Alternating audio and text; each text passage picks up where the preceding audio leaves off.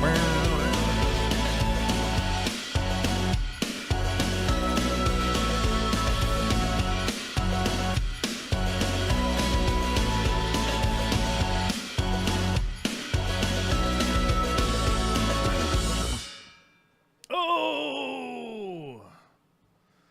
What up, suck a butt? Oh my god, can I hear myself? That was weird. What up, nerds? Okay. Are we live? Oh my god, are we live? Where are we? Where are we? Are we in the internet? Oh my. Oh my bejeebies. Is that Witchy Cat? What's up, Witchy Cat? What are you doing? Just sitting here looking at the pretty Cascadia. Are you lurking? Are you a lurker? Are you a lurker? I am. I lurk, therefore. Lurking and a twerking. Got it. I do love the closed captioning. What? What did it say? Oh my god, sucker butt. Yeah, suck a butt. Oh my god, suck a butt. I hope it pops up on everyone's closed captions.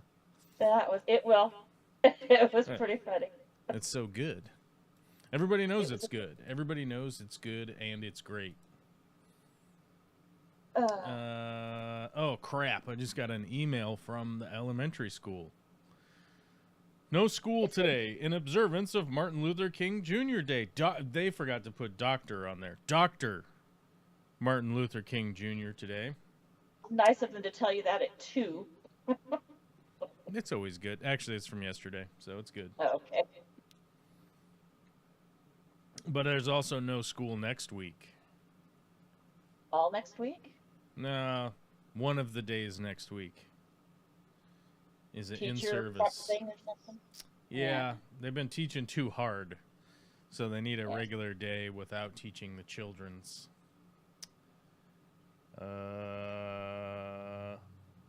Hold on, we got a feedback email. Sorry, my emails popped up here, guys. Right at the beginning of the show, it said, "Hey, God, you have emails you haven't replied to." Speak to me. Which normally means that they're a highlighted sender, which means it's either like work or school. It was a school and a work related.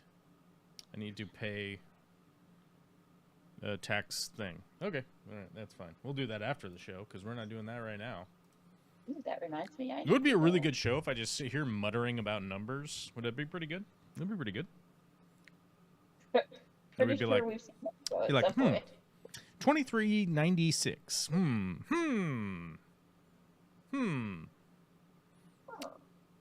From the plumbing supply house. What could it have been? Right. Yeah, you're going to be out there like spending your own personal money at the plumbing supply. I don't think so, bro. No, not even a little. Well, maybe a little, but not because I want to. How's that?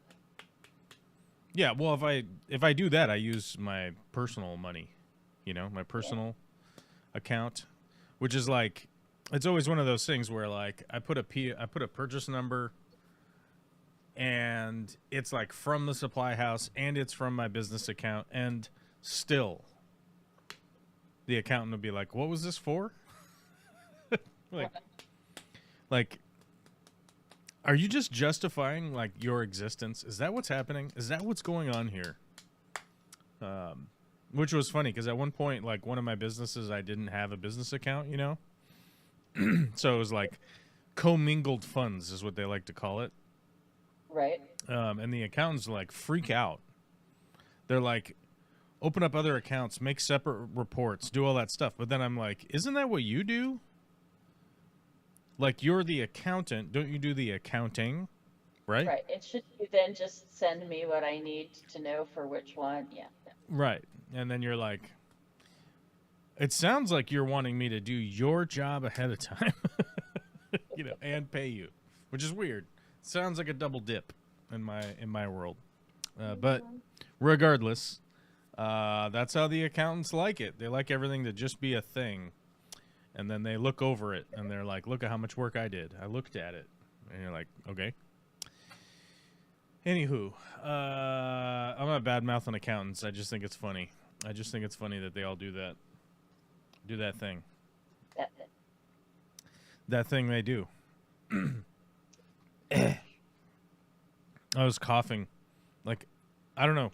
10 minutes ago, I started having a cough for some reason. I don't know what's going on. If I breathed in some dust, some kind of toxic asbestos dust or something. I don't know what happened, but I was coughing, and I was like, oh, God. I'm probably going to end up coughing all stream. Which, so it might happen. But warning, it might happen. We don't have a lot of people here today. Only 800,000 people have showed up, and they're not even commenting at all. But Witchy Cat says hello, or yay. Frank says first, which is true. hey, Recap Harris says hi. Witchy Bitches says hey, kids. that's still me. Chrissy has arrived. I don't know who Chrissy is. I don't know who they are, but they show up, so we appreciate it. We're going to go to their channel. Hey, no, we don't need to expose anyone's information. We just say we don't know who they I are. wasn't going to give a name. I was just going to say. You shut your mouth. You No, shut your mouth. Wait, You that would you be yelling. shut your mouth. You No. just stop. We're saying we don't know who Chrissy is. Fine. We'll We ignore we say we don't, but then we say we're glad they keep showing up every week. So that's fun. We like that because that's fun. Because everybody's name shows up as the @ thing now, right? Yeah. And so if no one's ever configured the @ thing, it gives us this weird, it gives us super weird, like, Stevenson 493 dash tilde pound sign R9423 ZR, right? And you're like, And I what? can never remember Alyssa's, so I always just say, "Is Alyssa here?" and hope she sees it. Alyssa is just like Red Hot Magma or something. I forget what it is. Mangala something, but No, it's Red Hot Magma. really. Yeah, it's Red Hot Magma. So if you see Red Hot Magma in the chat, that's Alyssa. Hey, you're blowing up my shitty little speaker over here. Hold on, I got to turn it down.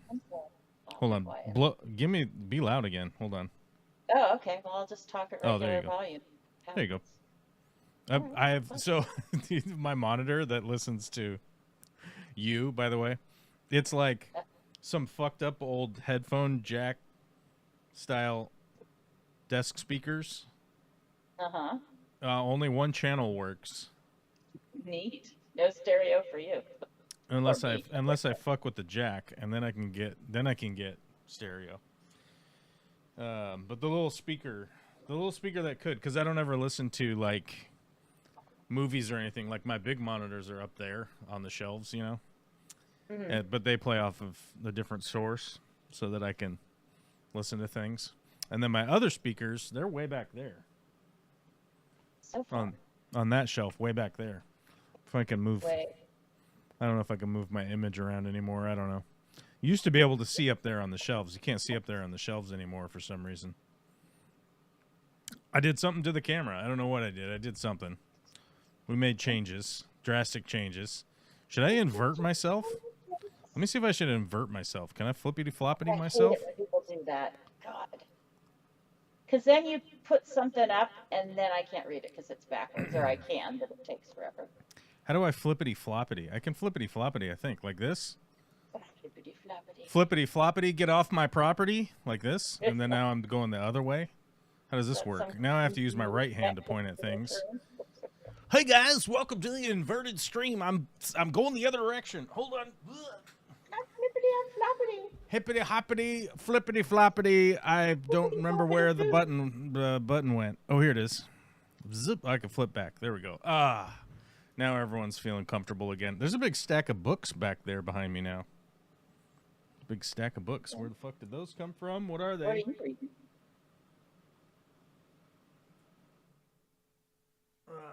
Big stack of books. Ew, gross. We don't like gross. We don't like gross books around here, do we?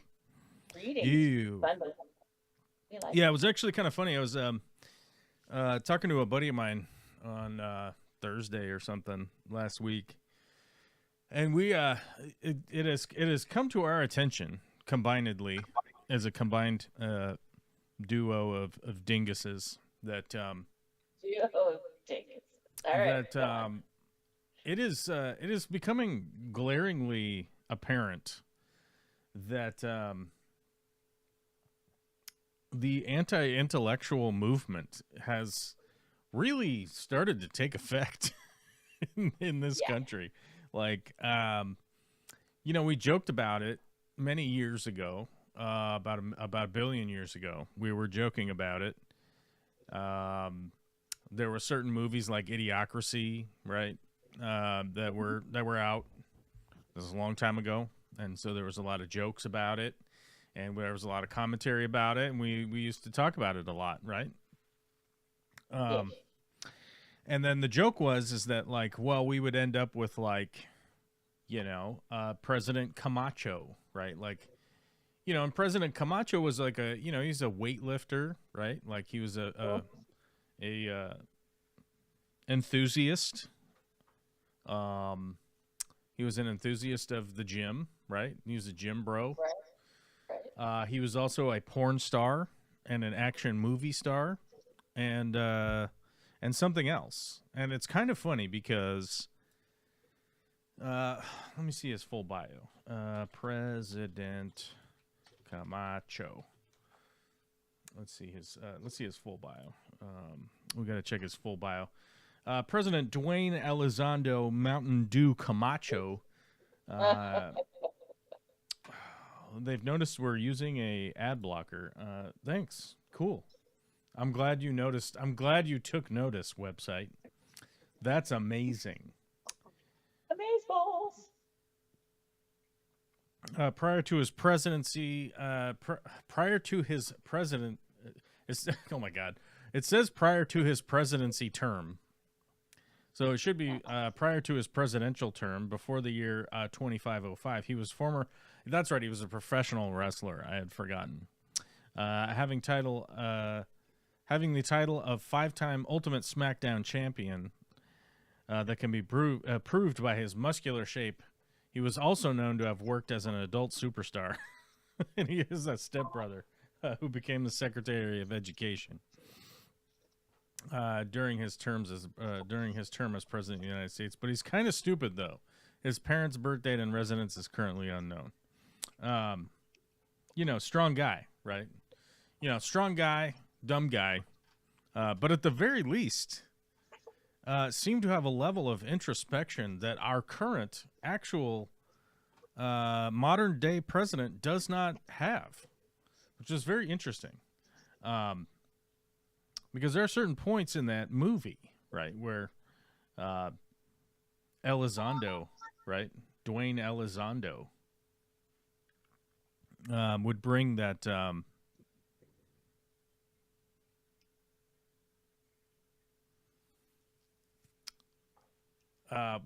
brings up in the movie is that he needs the smart guy to tell him what to do. Right.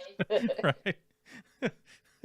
And it's pretty clear that our idiotic president has people that are just interjecting and telling him what to do, and he's just doing it. Like, he's not even it's pretty clear that he's not even, like, asking for advice. He's just getting it, and they're just doing shit like, on his behalf.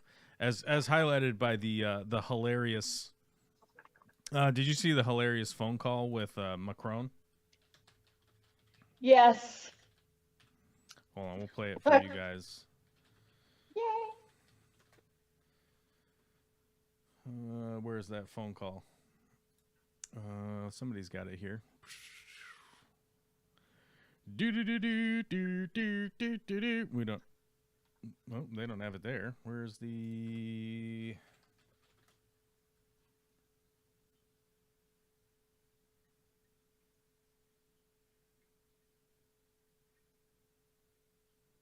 Yeah, here it is.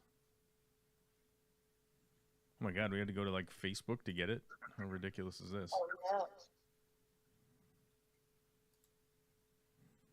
This is so funny. Because you realize that, like, this is actually how our dipshit president actually acts, right? Minutes with Zelensky, Starmer, and Merz. It's okay for you? Yeah, tell me what's going on. Because he accepted what you proposed on your on your message, meaning a ceasefire for 30 days and so on. So he's ready to announce it. Did Putin accept also? Yeah. Oh, good. Nobel Prize for this. So may I call you back with him and the others in 2 minutes? Hello? Hello, Donald. We are in Kiev. Okay. I'm with President Zelensky, Prime Minister Keir Starmer, President Donald Tusk, and Chancellor Friedrich Merz. So we are all together. And by the way, we had a very good discussion this morning, and we all backed your proposal of unconditional ceasefire for 30 days. Then it just immediately goes into playing something else. Nobel Peace Prize for me. Yeah, this one is actually missing. This video is missing the other parts where he's talking to him. I think I'd have to go find it. But there's the part where after the fact and before that,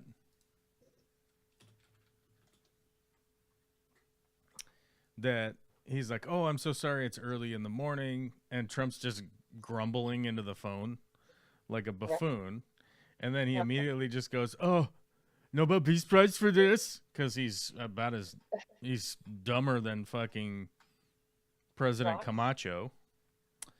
And then after that, he's just praising Macron like over and over again. "You're the best. Oh my God, you're so good. You're the best. You're the best." But then, of course, he's gonna go on stage, you know, later on and be like, "Oh, it was me. It didn't have anything to do with Macron. He's a communist or whatever," you know, like. And it's just such a level of buffoonery that is beyond the pale. Honestly. I'd have to find like the full video. I don't know where I saw it earlier, but we'll see if WitchyCat can find it. I've been tasked. Keep going. I mean, I don't know. You can see if you can find it. It's easier for you to find it than me because dead air. You're talking. Yeah, and like the hilarity of this whole situation is that, like, you know, Trump supposedly proposes a peace proposal, right? Here we are, a year after this shitter has been in office, this pants-shitting baby of a president has been in office, and he was supposedly going to solve this on day one. It was easy. It's super easy. I'm so tough. I'm the best, right? I'm going to solve it on day one. This would have never happened if I was president. He's been president for a whole year, and it's been happening. Right. But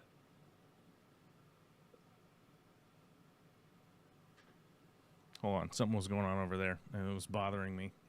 But this has been going on for a whole year, first and foremost. Secondly, this is on the heels of Ukraine taking out a whole bunch of the oil tankers that have been sneaking around and delivering sanctioned oil, while the United States did nothing about it. I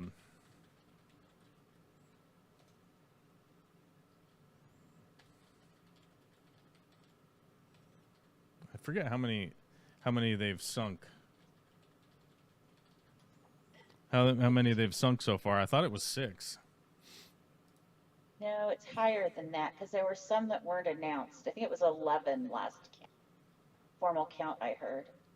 Yeah, well, I think it depends on the type of ship to call it a tanker or not. You know what I mean? Is that like your number might be higher because you sunk some kind of support ship or like a transfer, a fuel transfer ship or whatever. But like, I think when it comes to the tankers, it's obvious a different number. But like in January, the Delta Harmony and the Matilda were hit by drones near Russia's Black Sea terminals. Matilda suffering damage but remaining seaworthy, according to Marine Insight. You know, Russia has been using a shadow fleet to bypass the Western sanctions and maintain oil exports, thereby inflicting economic pressure on the Kremlin. But that's the thing is that like Russia is at a point right now where the whole house of cards is about to collapse. Just economically, Russia cannot keep this going. And realistically, completely in the face of the current president essentially just abandoning Ukraine to their own devices. Yep. Ugly.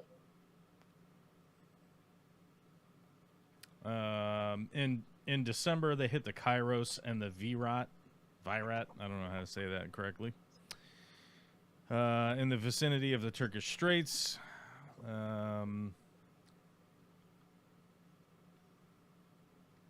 Yeah, I mean, you might be right with 11. As far as I know, like 6 tankers were fucked up. Sunk and destroyed a total of 11 ships. Here it is. But the question is like... So they've sunk a total of 11 ships on the Black Sea. And those are the Black Sea ships. So they have... like the Saratov is a Tapir class. The Nova Cherakask, I don't know how to say that correctly, but that's like a destroyer, essentially. This one's a destroyer. 2 subs, right? So a sub isn't the Black Fleet, but there's 11 ships from their army and navy, right, that have been sunk. Right. But as far as the Dark Fleet is essentially like what you would want to halt if you were Ukraine, because these are the tankers that are moving the oil around and funding all of this nonsense. Because once again, like if you do sanctions on somebody and then you don't do anything to enforce it, like who cares? Like it doesn't make any sense. It's like, oh, I put a sanction on these guys. So what are they doing? They're still selling the thing that's sanctioned. Okay. Right. So you actually have to have enforcement. It's the same thing with like it's the same thing with like saying it's illegal to film ICE agents, right? It's like, oh, it's illegal to film ICE agents. So it's like, okay, what law are you talking about? Oh, but well, I don't have one. Okay, well, what's the enforcement? Well, you could get arrested. It's like, under what pretense though? Like, and what are you going to be charged with, right? Like, what are you talking about? Like, you know, we have a First Amendment. Are you somehow going to overturn the First Amendment while there's 350 million people that oppose that idea and, what, 30,000 ICE officers? If that. I don't even know how many they've managed to... How many do they have now?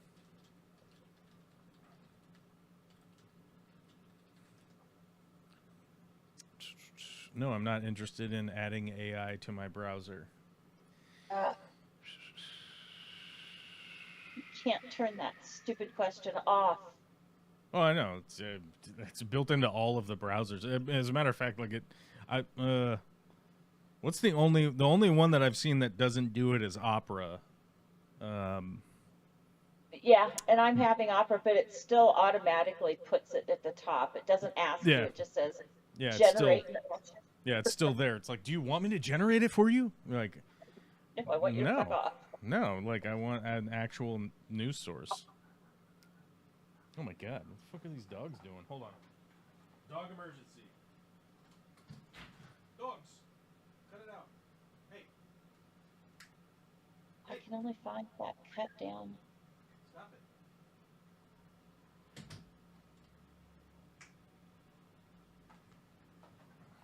it. Sound like there was a delivery truck. And the dogs are like, oh my god, we're under attack. You know, like, no, it's I don't know, Amazon or something. I don't know, UPS. Actually, UPS doesn't work today, do they? It's a holiday, right?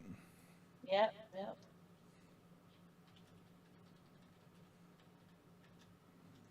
Let's double check. Hold on, do we need an AI answer? Nope. No UPS. No PS. No UPs. No UPS. They're on vacation for a day.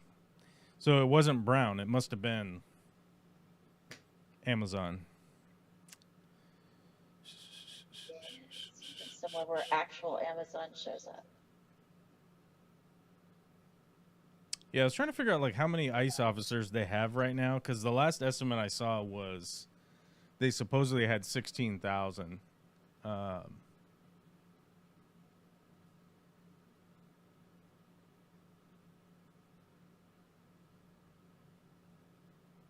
Which, of course, it's only like they only really want to give you the detention numbers. That like they supposedly have 61,000 people in detention right now. Right.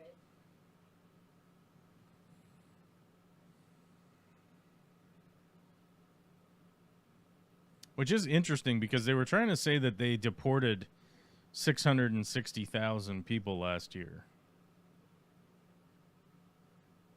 I don't know if you saw that. There was a report that they put out. No, I didn't see that. That's... Yeah.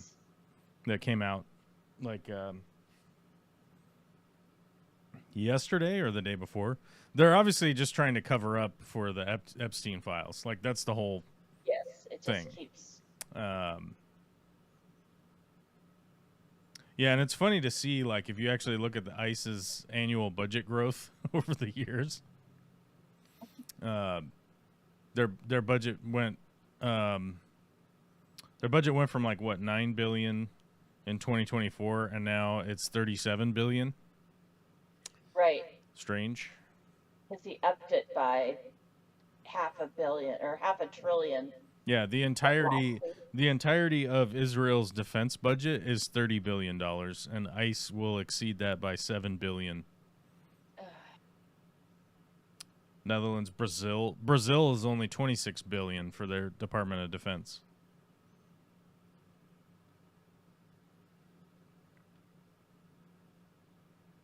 And that's also one of like the really weird things that we have to like regularly encounter as Americans is that like these weird Christian conservatives and shit will constantly tell you about how America's number one, America's the greatest country in the world, over and over and over again. But now apparently America being number one means that we need internal enforcement more than as, you know, entire countries spend on their whole entire military. Right. Witchy Bitches sent 5 gift memberships. One to Rachel, one to Night Owl Aquatics, one to Critty Bitty, one to Bare Bottom Branton, and one to Miss Cordelia. Arrgh, it keeps missing Chrissy and Recab Harris. I hate that gift memberships aren't given to people who actually watch the channel. Now, I'm confused by that sentence. I hate that gift memberships aren't given to people that actually watch the channel.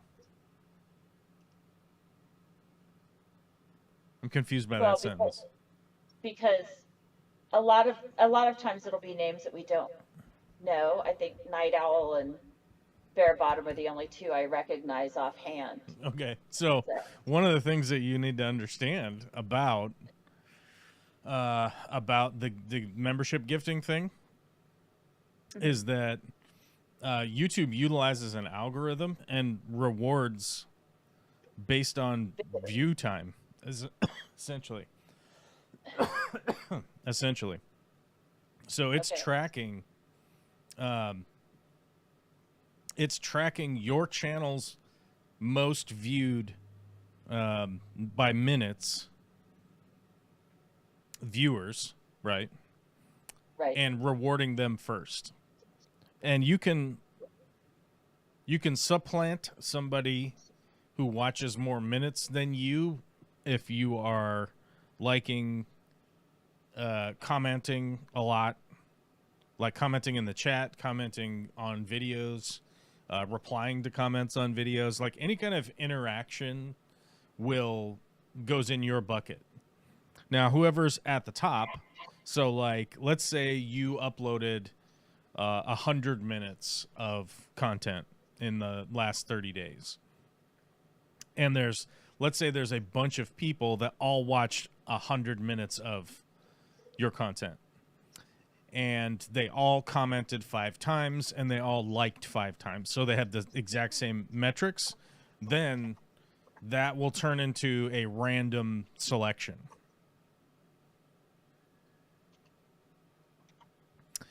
I've heard complaints from a lot of streamers that their gift subs aren't working that way anymore and going to randoms.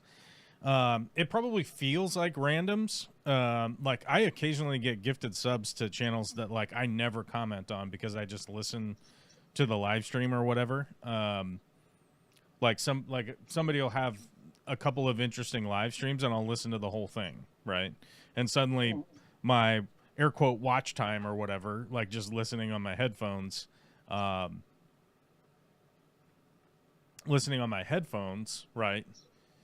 And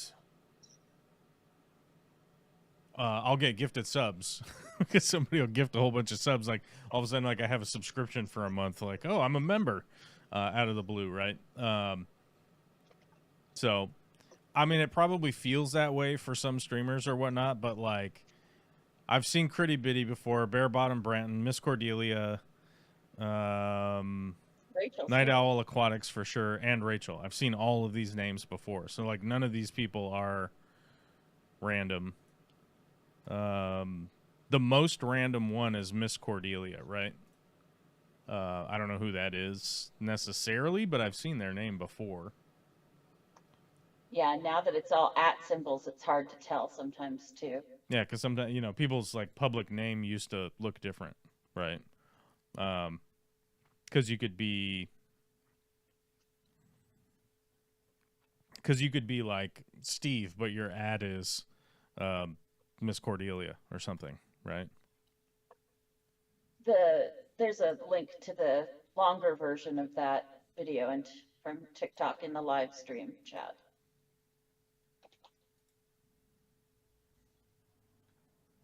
Yeah, so I don't know. I mean, I'm not. Thing is, like, I'm not in charge of it, right? So take everything with a grain of salt. But like, the thing has overall been explained to me. You know what I mean? In that way, and I haven't seen any specific updates. That's like, yeah, we're gonna gift memberships to people that have like never watched your channel or whatever. Which, by the way, if they were to do that, would just be like an absolute waste of somebody's gifted membership, right? Because there's not going to be any return on the investment, right? Because then it's not like people are going to suddenly start watching a channel that doesn't have, that they're completely uninterested in just because they got gifted a membership, right? It's like I'm not going to suddenly start watching. Fuck, I can't even think of anything because I would probably actually be interested in whatever I say. Underwater basket weaving sounds interesting, so I'd probably watch that actually. How do you do that? Isn't that a major at Evergreen College, supposedly? It's not. I know it's not, but I looked into it. I wanted to get a doctorate, but they don't actually have grades there, so you can't get a doctorate there. no. I was trying to look up random bird watching. You'd probably like that because you could take pictures of.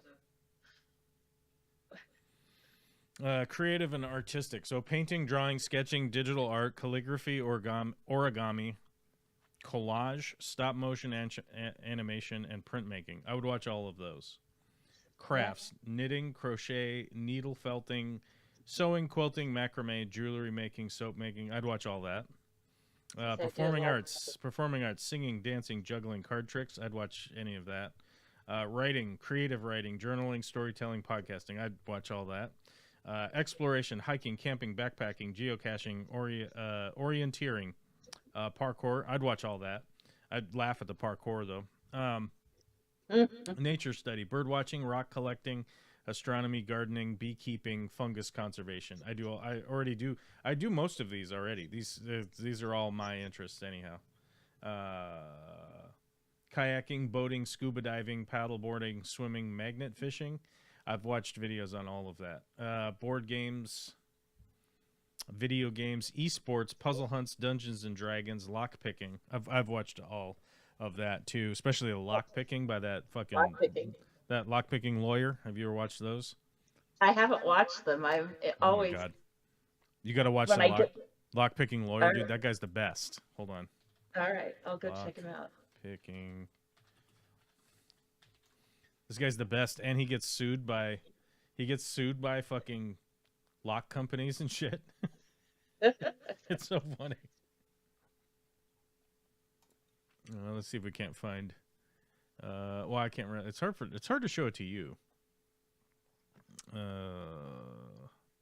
Yeah, if you just look up lockpicking lawyer, he's got 4.6 million subs, so he's doing a good job.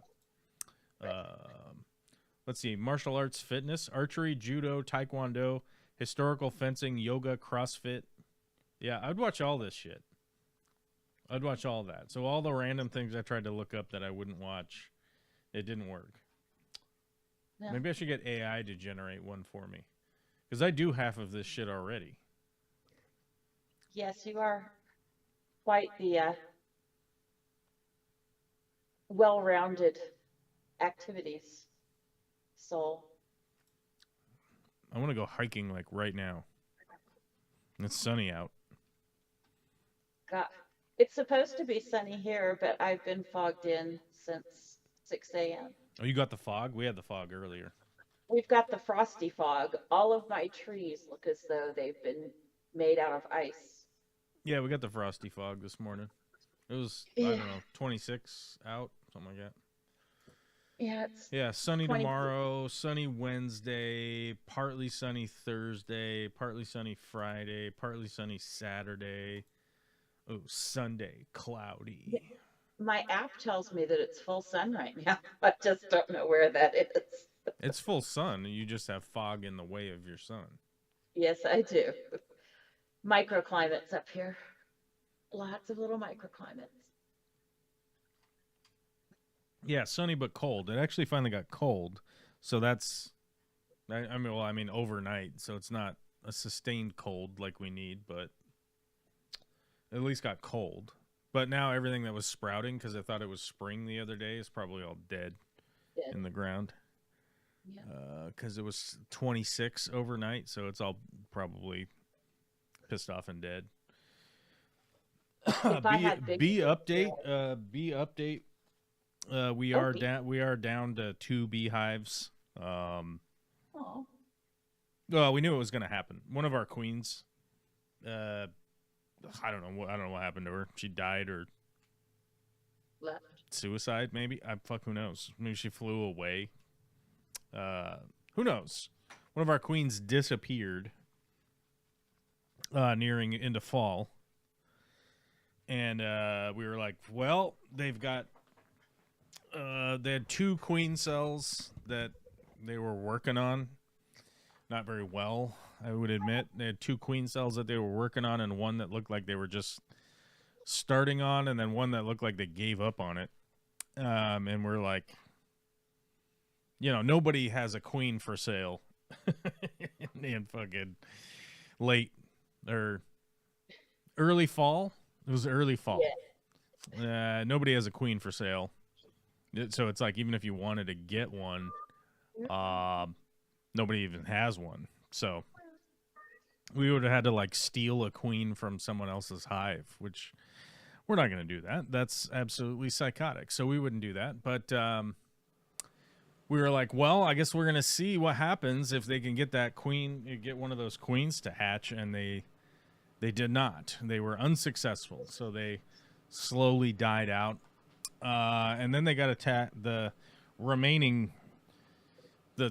very minor remaining amount of bees that were in there, they got attacked by hornets. Hornets figured out that they still had larvae in there. Mm-hmm. Yellow jackets. Yellow jackets got in. They were fucking with the larvae, so we just shook out the hive, closed it up, saved the remaining resources in there. Moved some of the resources over into our other hives. One of our hives is gigantic. We didn't even want to leave it that big, but we have one of our hives is huge, just to overwinter it.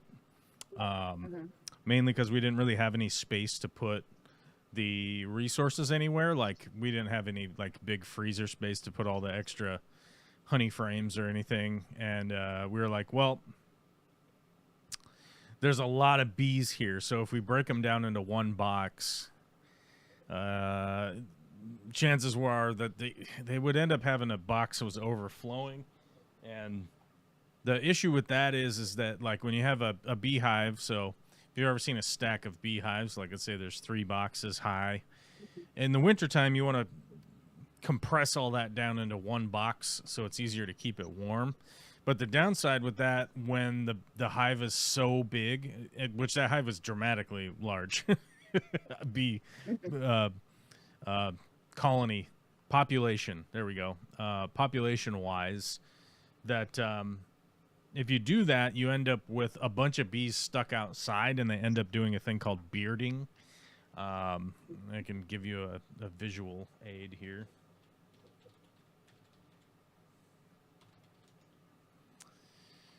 Let's get an image. This is sort of a clamshell bearding type situation. They'll do something similar to this right here out in the front of your hive. And the downside is heading into the winter or the fall, all of these bees don't really have an opportunity to sort of self what do you call it? They need to figure out like how to sort themselves, right? They're going to self-sort. The ones that are going to die are going to go on short flights and fly away and die.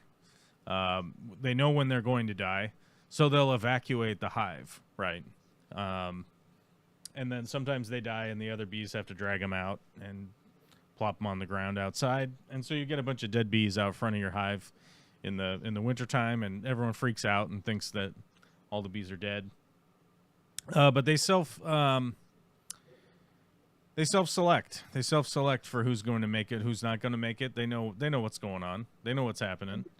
But when you take this top box off and crush it down into one box at the end of the season, at the end of the year like that, and you have this many bees, this will happen in a really extreme way, and you'll end up losing a lot of bees that you wouldn't, that might be your overwinter bees, right?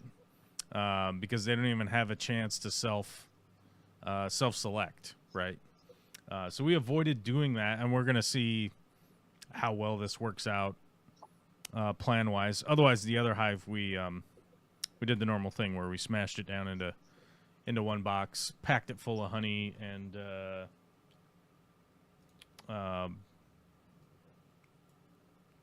brood frames and whatnot, and and then we'll see how that one goes, right? So we'll check out between the two.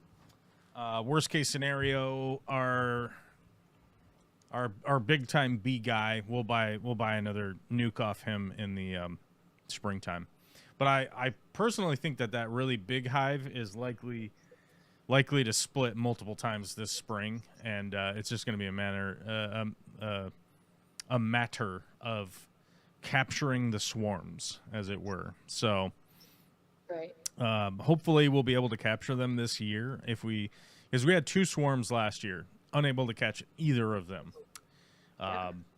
They both ended way up in a tree, and it was impossible to get a hold of them because they were fucking 60 feet in the air at the edge of a branch in a tree, and it's like, how the fuck am I going to get up there? I mean, if it was 20 feet, 25 feet, I have ladders that I could build a fucking contraption onto my scaffolding and possibly get up that high, but they were way up there, and there wasn't shit I could do, and I wasn't going to rent a scissor lift to try and catch a bee swarm. So I tried to lure them in, but I don't know where they ended up going. They vamoosed and didn't go into any of my 4 traps. I have 4 traps in my backyard, and I didn't catch either of them in any of the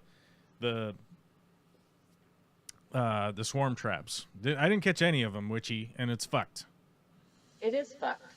That's fucking stupid. That's stupid bad luck, but what are you going to do? I mean, I could just, I don't know. What am I going to do with that? Yeah, you gotta. Although one One of my my main swarm boxes was facing west instead of east. So I had 3 of them facing east. I had 1 facing west. So I think this year I'll turn that one around when I put it back up. I take them down for the winter, except one is way up in a stupid spot, and I don't want to go back up there unless there's bees in it. Right. It can suck it because I don't want to go up there. Maybe they'll get a little damaged over the winter, but I'll replace it if I have to.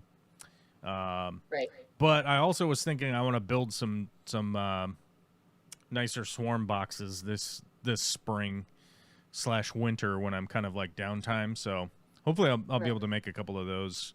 Maybe I'll make a video about it. Yesterday was a perfect example of a day where I could have made a video for you guys and it would have been cool. But one of the houses I worked on this year is closing in the next 24 hours or whatever. And they had a final. So it was funny. I was talking to my realtor and he's like, yeah, this house has had like 9 inspections or something. And so this final inspection, they did a final inspection. They were happy with everything. And, well, I don't know if they were happy, but they were just content, right? They were like, yeah, it's fine.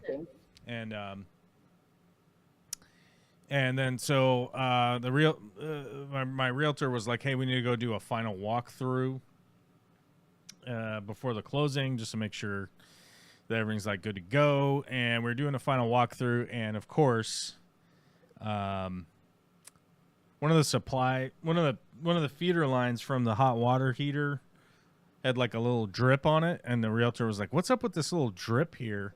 And he was like, I noticed the other day that there was a little bit of air in the lines when I opened up the taps in the house. And I was like, okay, well, let's go open the taps. So I go open the taps, and then lo and behold, that feed line starts dripping once it was full of water. And as you guys know, as a general contractor, like I can't modify the hot water heater in any way as a general, right? Because it's considered one of these specialties in Washington State. So I couldn't do that. And, in all honesty, I personally, I would have replaced the hot water heater to sell the house. But the homeowner decided, no, we're just going to do it as is. Who cares? And if we had replaced it, this wouldn't have been a problem. It wouldn't have been a problem. But needless to say, I had to drive all the way out there with a realtor, so I had to go pick them up just to save gas. Like, why are you wasting? We picked up some stuff. There was like a hand cart that was left there, like whatever, but stuff. And then, of course, it was Sunday, right, when the dumb luck happened. So, of course, I called my plumber. My plumber wasn't answering the phone because it was Sunday. I guess he was probably fucking drunk watching football, if I had to wager anything on what a plumber's doing on Sunday, right? Yeah, it's not plumbing. sniffing glue, drinking beer, watching football. It is the playoffs, by the way, which we will hit on the playoffs here in a minute. But he was nowhere to be seen, so I called the backup plumber, and the backup plumber was like, yeah, we got a guy in the area. He's finishing the job right now. He'll be able to zip over there, because I'm like, look, I'm the general. I'm on a final walkthrough. Supply line's dripping. I just need the supply line dripped. It's not a big deal.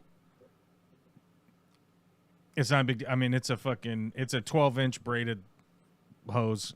Every plumber's got 40 of them on his truck. Nothing specialty. Nothing weird going on. Just drive over here, replace it, drive away, kind of deal, right?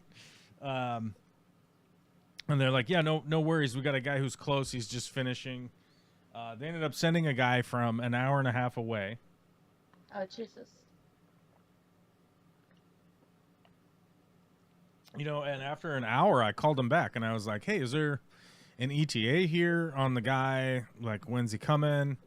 And because I was like, well, we're gonna go grab something to eat because we're basically just waiting on this guy. We're done. We were already done. We basically Right. drove down there just to pick up anything that was left on the property, essentially, right? Like anything that was left hanging around from other realtors or whatever, right? Which we're already done. We already did all that.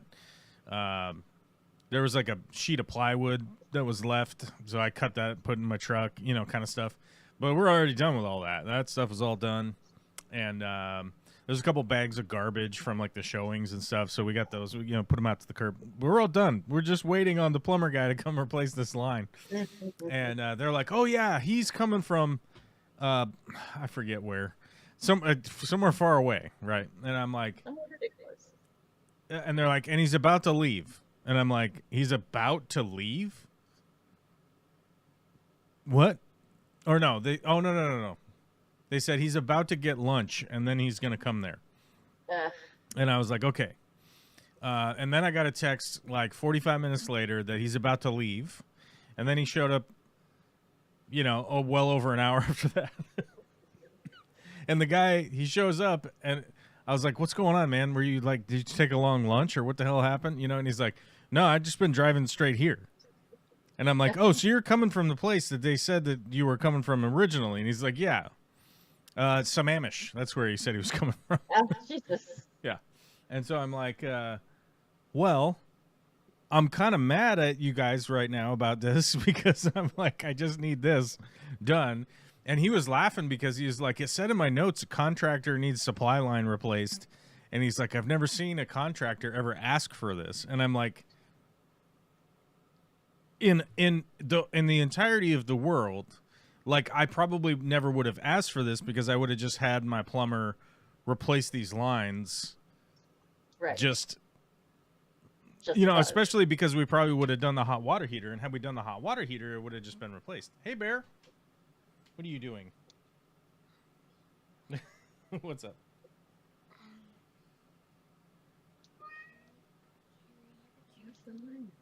Can you have a candy? What kind of candy? You have dog hair all over you. Dad, you just got it on your live stream. What, that you have dog hair all over you? No, What?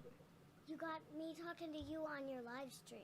They can't hear you if you're back here whispering to me. And then I said, what kind of candy do you want? Well, watch, I can do this. Watch. Are you ready?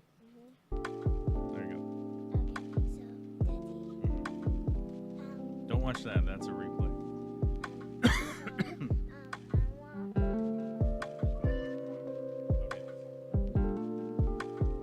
Oh, I'm coughing.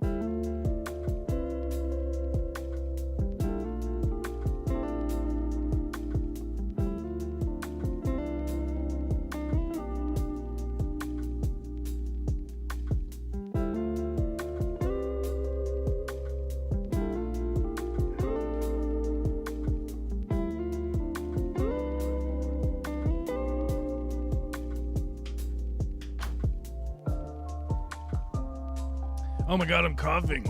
Okay, all right, we're back. We're back. Where'd you go? Did you go somewhere? I did not. Did I leave? Oh, yeah, I had to leave. My daughter needed to know if she could have some Smarties. See, she's getting smarter as she goes. Well, it's a question, you know. Well, It's a question. all right. Show some love by liking this video and subscribe to stay in the loop. Oh my God, that's so important. Rachel said, thank you for the membership. Recap Harris says, and if Trump keeps going, he's going to do the same thing to the U.S. as Russia is doing to its own country with the aggressions. You know, the problem is that it'll be much more dramatic, unfortunately. That's the thing. You know, is that while we sit here and bankrupt the country, you know, Trump put $500 million in the Qatar account. Did you see that? Yes, the only he controls. He controls it.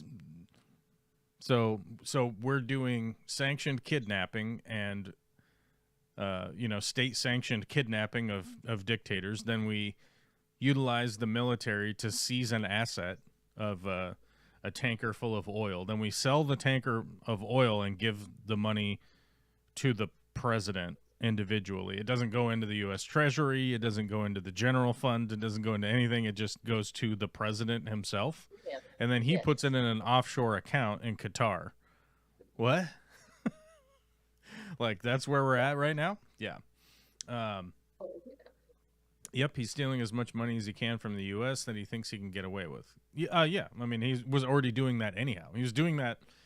But, of course, you know, the very small percentage of MAGA people that are in the United States are cult members. You know, like, you have to understand that, like, the majority of people that voted for Trump aren't even MAGA. They're just people that vote Republican because they just vote Republican, right?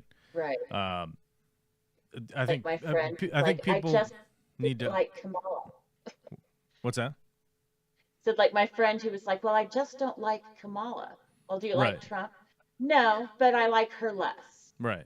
Yeah. I mean, they don't know what they like. They don't know what they're doing. But that, you know, for a long time, you know, in the United States, we've always lived under this blanket of like, we don't talk politics, we don't talk religion, we don't talk sexuality, we don't talk about any of this stuff. We spent so long like not knowing how to talk about any of this stuff that people will be like, well, I'm a registered Republican. And then when it came time to vote, they just would vote whoever says that they're Republican. And they've been doing that for decades, right? So when it comes down to time for them to vote for a president, they just vote for the Republican, period. Like, that's it. And they're like, okay, well, Donald Trump's obviously a jackass, but the Republicans nominated him, right? That's the majority of the people that voted for Trump.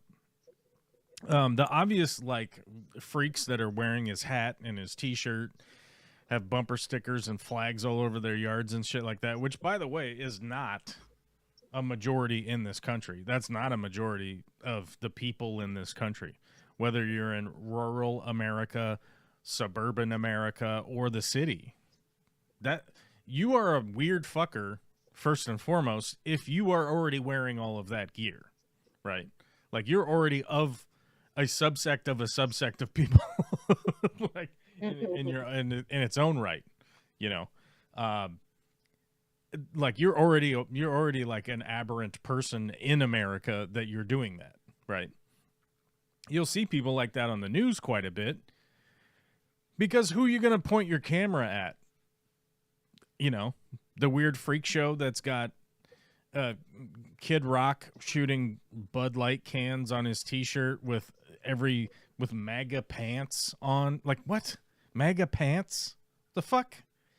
Like, you're going to go out and buy MAGA pants? Do you think, like, 90% of Americans are out buying MAGA pants? No. This is a weird group of people. I mean, it's probably the same amount of people, like, population-wise. Like, if you took the amount of people that are furries, right? It's probably in there somewhere, right? There's probably 1 million people that are furries, right? Like, how many furries That in the... seems generous, but okay. What? You meow? I mean, they have conventions. There's a lot of them. I know.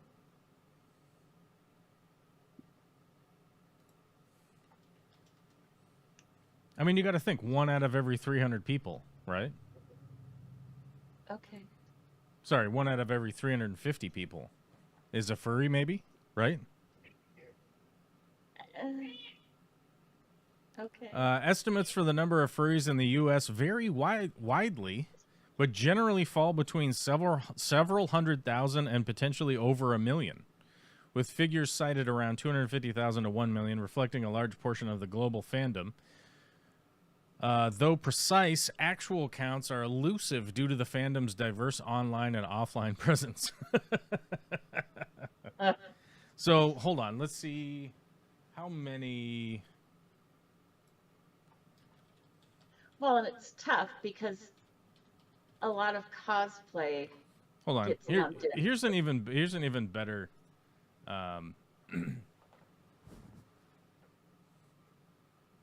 here's an even better, like, estimate for you.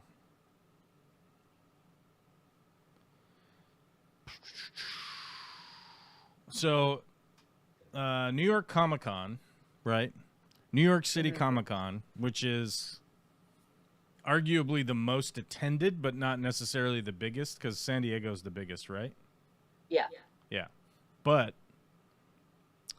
New York is the most attended at 250,000 attendees, right? San Diego Comic-Con only had 135,000 attendees last year. Right. And it's capped because of the convention center, so that's why, right? So you got to think that, like, so Comic-Con will get 250,000 people to show up in New York. New York City. Get a rope. Trump rally.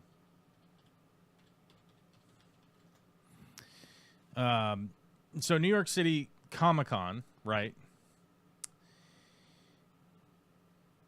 Okay. It had 250,000 people show up to it in New York.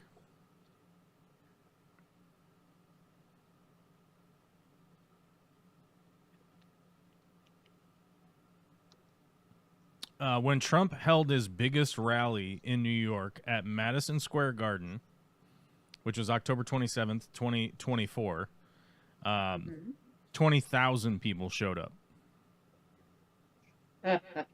Right? No furries. With a total attendance of 25,000, because there was like 3,000 people outside or whatever. Right. So yeah, 19,500 were inside, and there was like 3,000 to 4,000 outside. Yeah.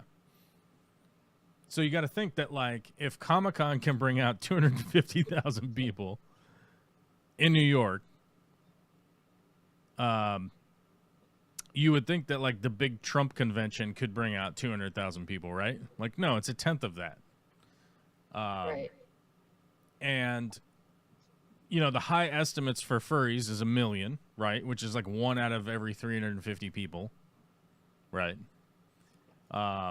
And if we're starting to look at, like, how do these numbers mesh out, right? Because if you've got 4,000 people standing around and they're wearing all sorts of weird MAGA gear, they're screaming and yelling and they're throwing shit up in the air and they're tailgating, right? Right? Drinking in the parking lot and stuff. And then a camera crew rolls through there. 4,000 people seems pretty intense in that situation. Now, if all of those people switch their outfits for a furry outfit of whatever furry denomination, Furry Trump. I'm sure there are names for them, but I don't know them. But, like, if there was cats and dogs and giraffes and God knows what, and if they were all dressed up like that and they were all tailgating and partying and yelling, and then a camera crew went through there, you'd be like, holy shit, there's a lot of furries in the U.S., right? No wonder they're putting litter boxes in schools. Just Scogs has a good point. That would be a fun throwdown to watch. I got money on the furries. I got money on the furries because of the anonymity. I think I would put money on them because of the anonymous nature of, you know, like, you don't necessarily have to, you know, follow the rules of fighting, as it were, if nobody really knows who you are, right?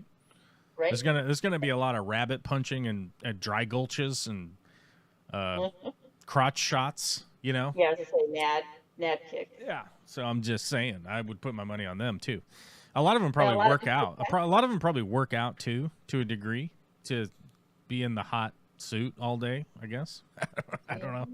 I would hope. I would hope. I would hope that, like, if a furry was to take their gear off, it would be they'd have a better physique than mine. That would be my hope, right? Which I think is generally everybody's hope when somebody gets naked around them, right?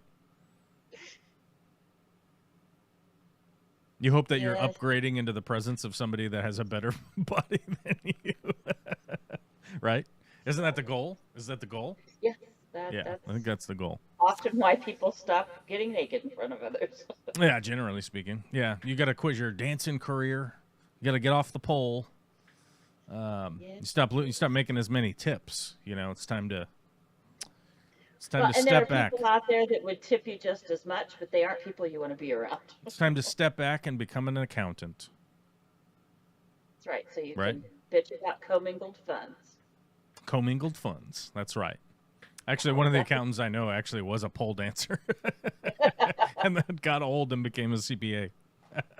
Hey, it's all about the Benjamins, no matter what job you've got. Yeah. Which is funny. It's always funny, right? That's always funny. It's always comedy. By the way, I highly recommend that if you are really good at pole dancing, you might as well just keep doing it. It can be a career. And you don't actually have to sleep with anybody for it to be a career. You just have to be really good at it. Also true. Like the, how much is the,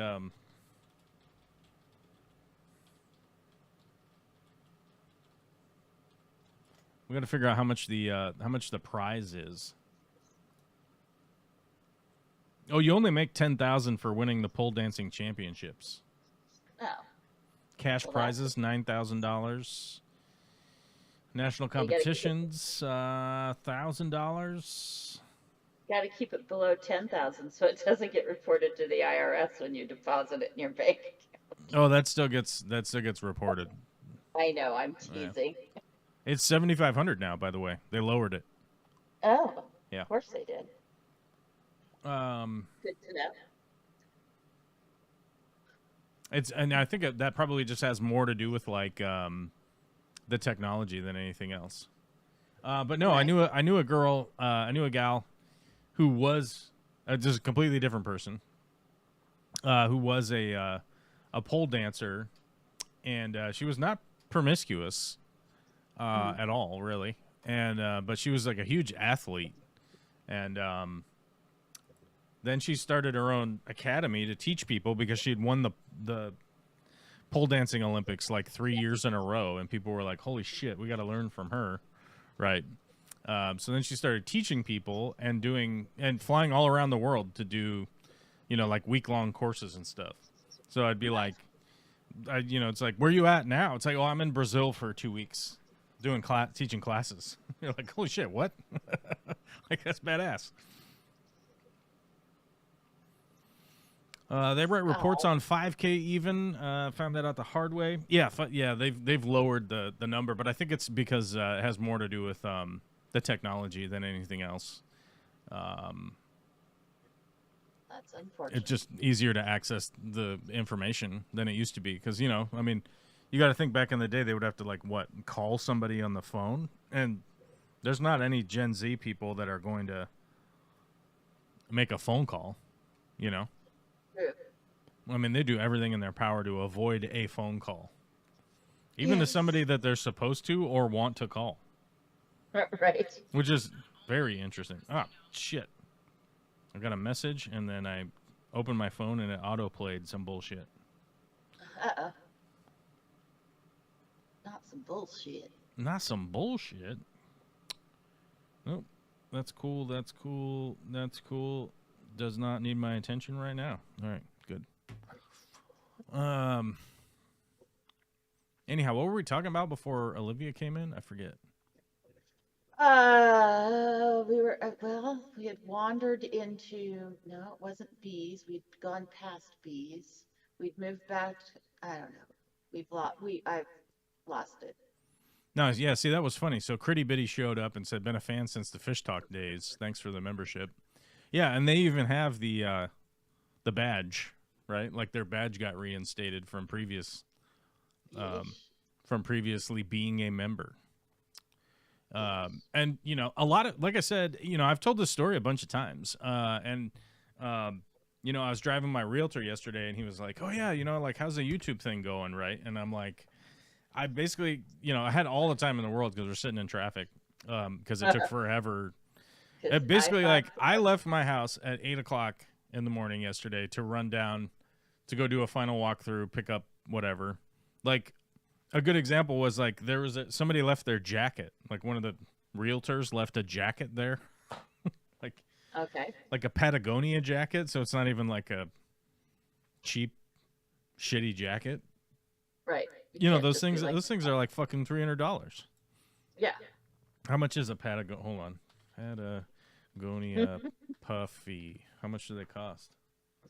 $279. Look at that shit. $329. The female one's $329. The men's is $279. All right. Ooh-wee, what up with that? Ladies, you're getting ripped off. Maybe it's because they have to make adjustments for the boob shape. It is a problem for many of us, yes. For the boob waist ratio, whereas the guys is just a straight cut. Here you go. There's no shape to your jacket, you dudes. Get fucked. Your jacket's gonna be a straight. We're not fitting your $279 jacket. It's not gonna be fitted. Okay. Although I did find a Houdini Patagonia for $86, but you got to be a member of REI, so you have to become a member. You might as well. I respect REI, and I like our check at the end of the year, even though it's not very much money because we don't spend a lot of money there. It's so funny to get your refund check. Like, it actually is a co-op. What the fuck? Even though it's very expensive. A lot of the stuff they carry is very expensive. Where's the cheapest Patagonia jacket I can find? It's $86. It's just a windbreaker. It's not the puffy. We had the fancy puffy. They had left the fancy puffy there. The cheapest puffy Patagonia I can find is $229. That's the cheapest. So we're talking like a $300 investment jacket. They probably want it back. But they didn't show up. And I also had to meet my landscaper who... like I've never been in a situation where it was more difficult to pay for a service in my entire life.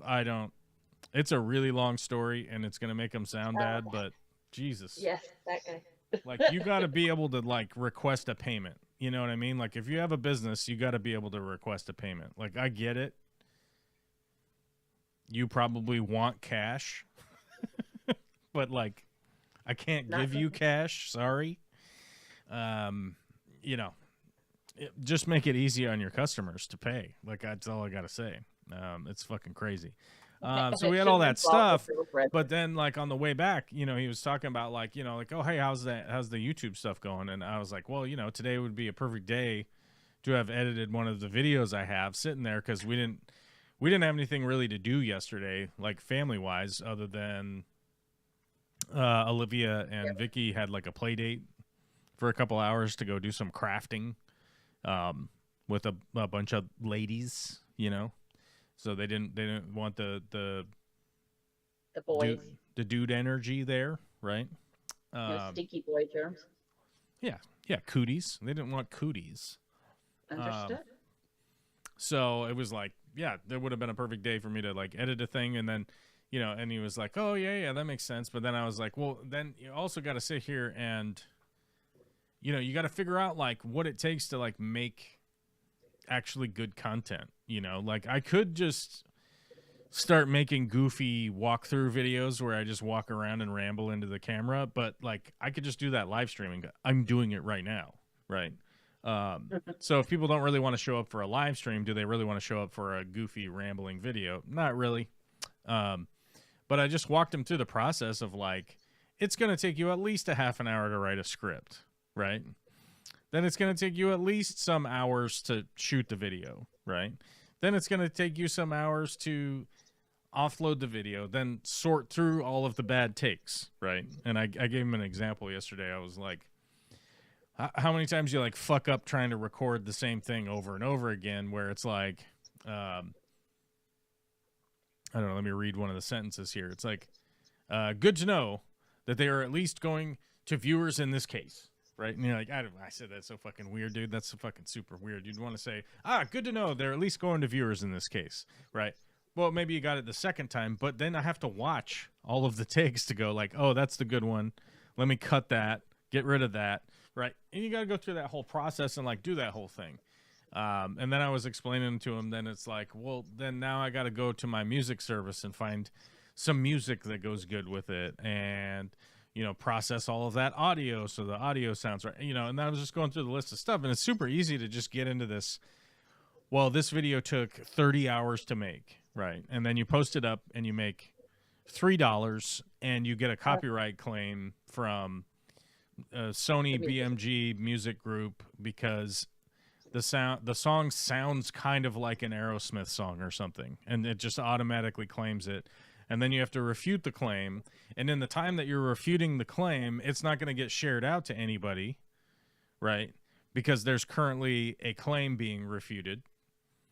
And then it never gets shared out to anybody. You win your claim, and then overall the life of the video it makes $3. You know, and it's like you can't really afford to make 10 cents an hour for almost a week's worth of work. It's not, I don't know, you can't sustain it. And we really have gotten back to the point again where only rich people get to be in media. Like we're right back there again. And almost every business in this country is falling under that now. It's like the slow capture of the rich taking over every sector in our country. You know, at a certain point in time, like YouTube came along and it made some stars, right? From people that you literally could have just had a shoestring budget, right? It made some stars. Yep. For sure. All of those people are generally like leaning into making safe content now, or they're not making content at all anymore. They made the bag and then just disappeared, right? Like how many YouTube people from 2018 that had, you know, 10 million subscribers in 2018 are still making content? They're not, is generally the answer. Right. Who's that?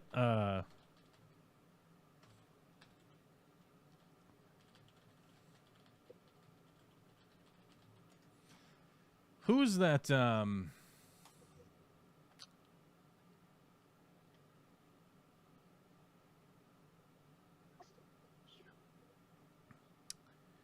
Actually, yeah. Here's a perfect example. Now I remember who she is. I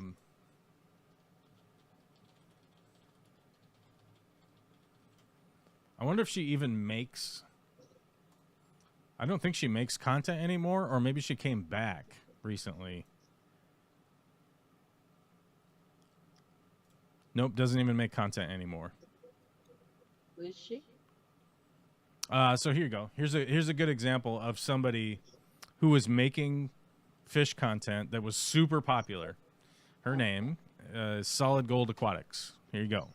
Here's a YouTube channel that had everything going for him, right?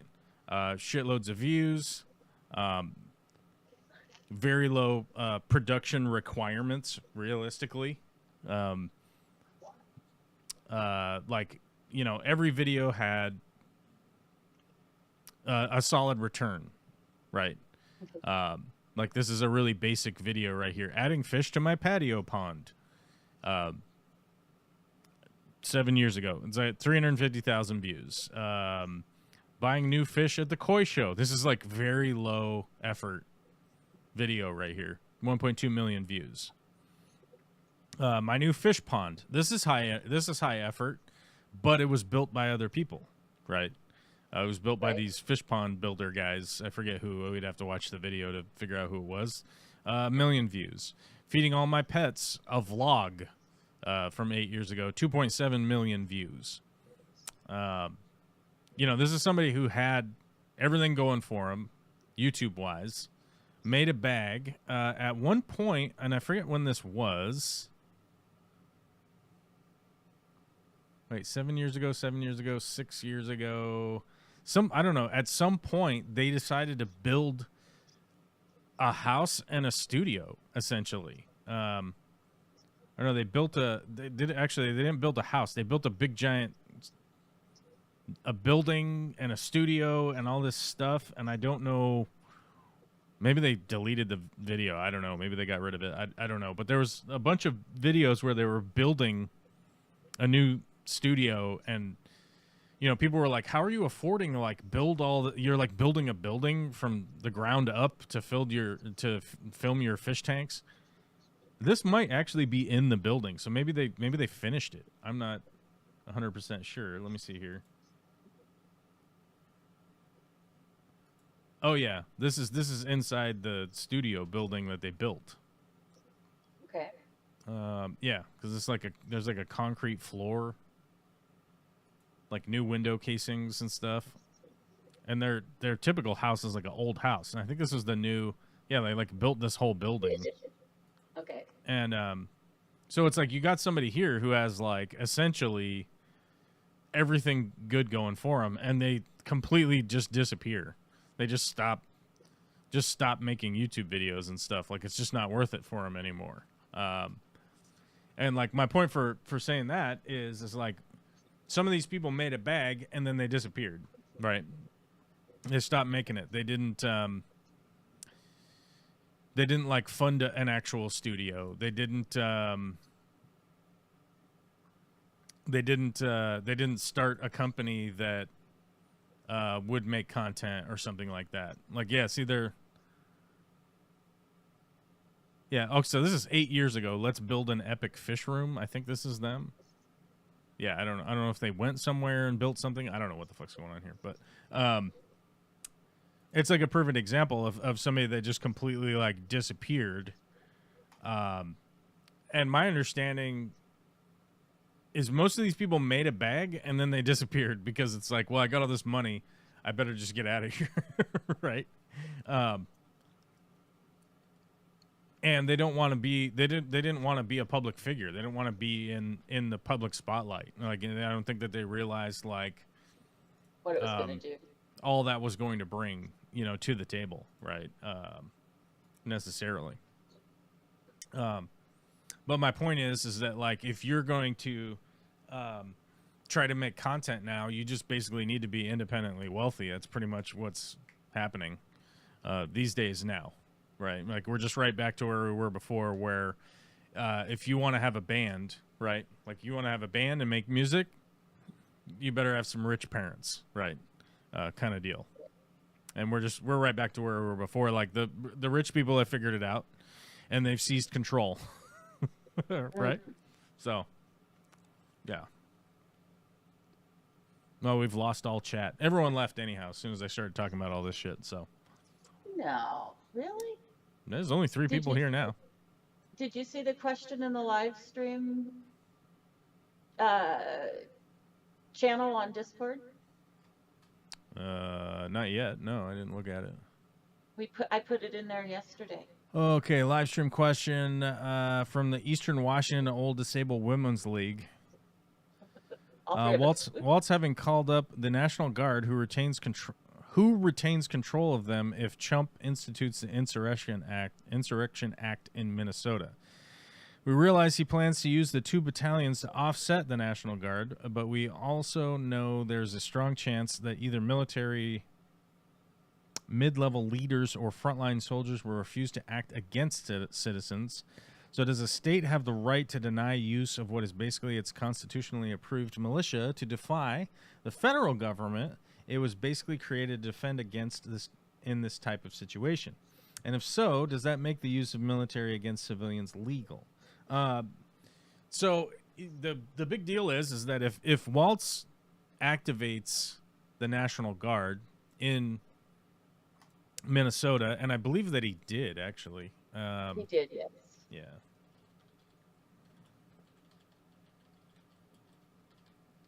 So they activated the National Guard, and then they put out a disclaimer that the National Guard is going to be wearing their normal uniforms, which is generally like green fatigues, camos, that kind of stuff.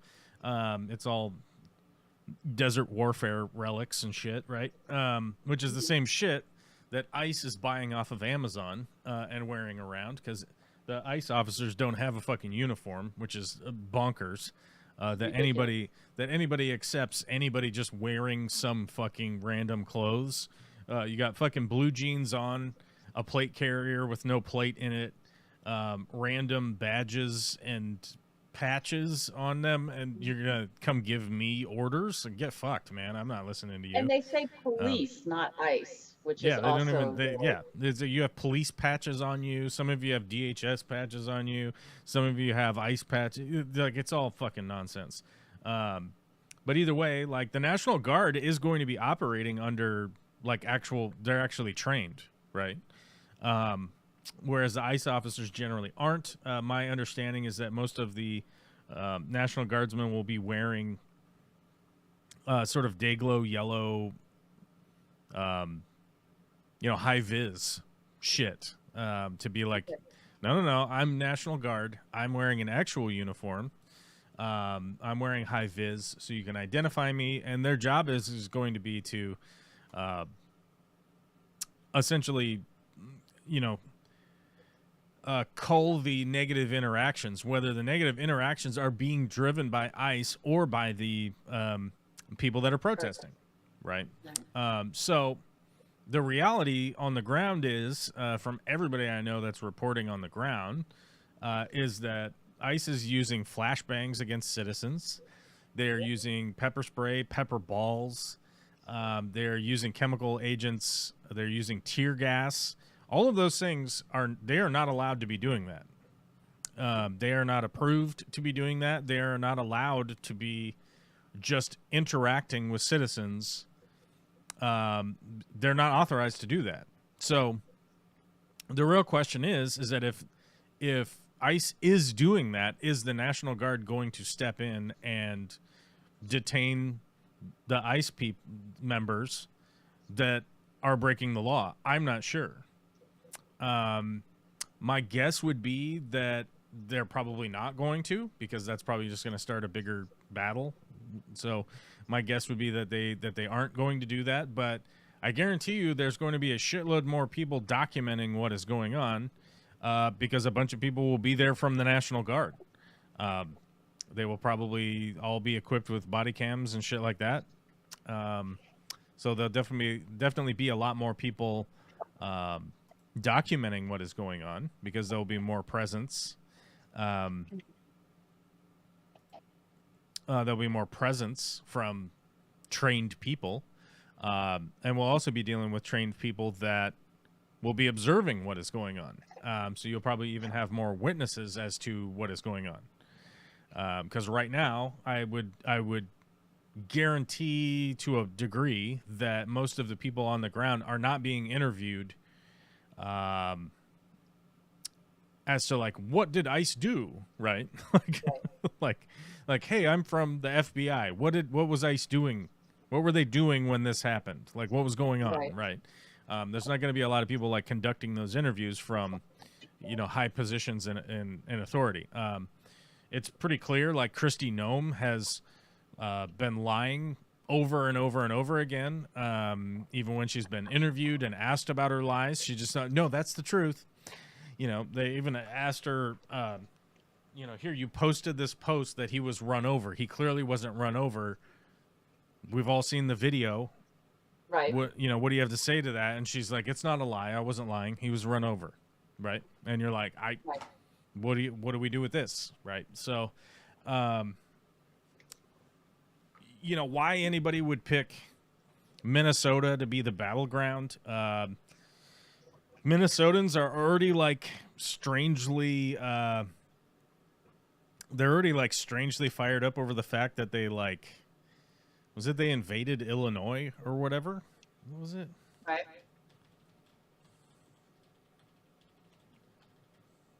Was it Illinois? Because they like have somebody's flag. They have one of the state flags Oh. in their thing. Hold on. I'm unsure which state. Oh, I'm looking it up.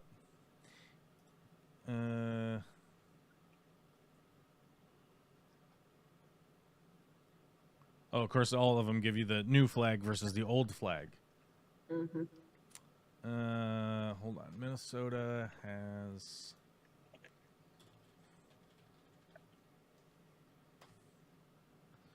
I forget. Oh, they have Virginia's. Virginia. Not even a neighboring state. Yeah. Yeah, they have Virginia's battle flag hanging up in their thing. They still have it.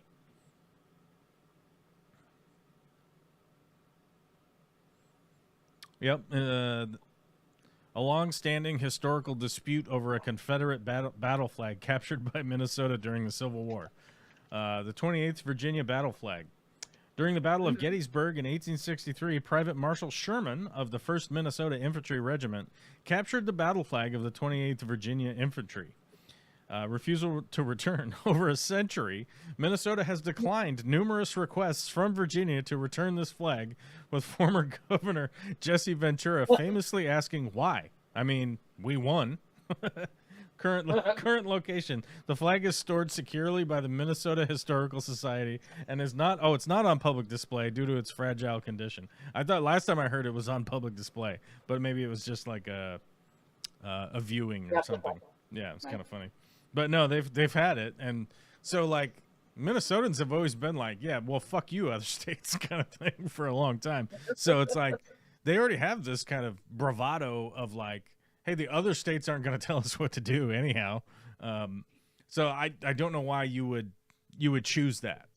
And I don't know. I also don't know why you would choose that location, except for the fact that like 2 weeks ago we went over the Nick Shirley video, right? Like to reiterate, we went over the Nick Shirley video.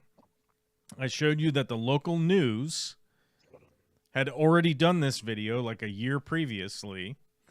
The House Republicans could have easily investigated all of that stuff, which was highlighted at the end of Nick Shirley's video when they tried to pigeonhole the Democrats just don't want to do anything about it.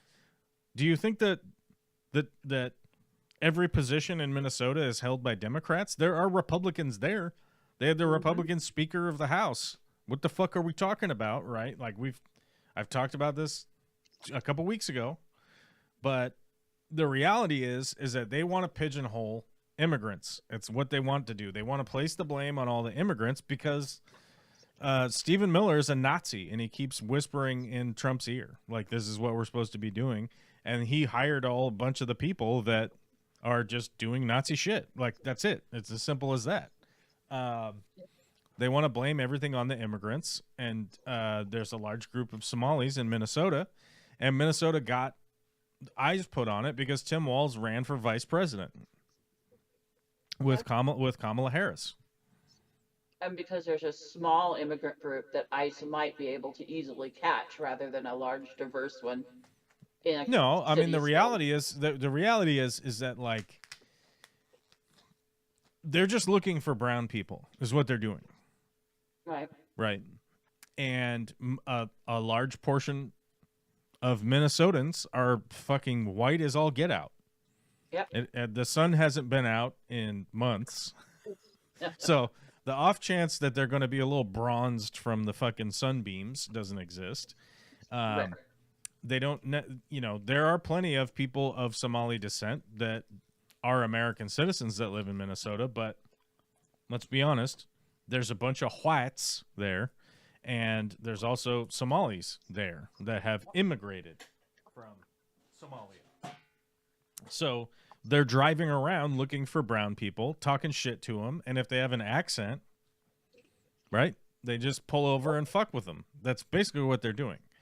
The real question is like, why aren't you doing this in Florida?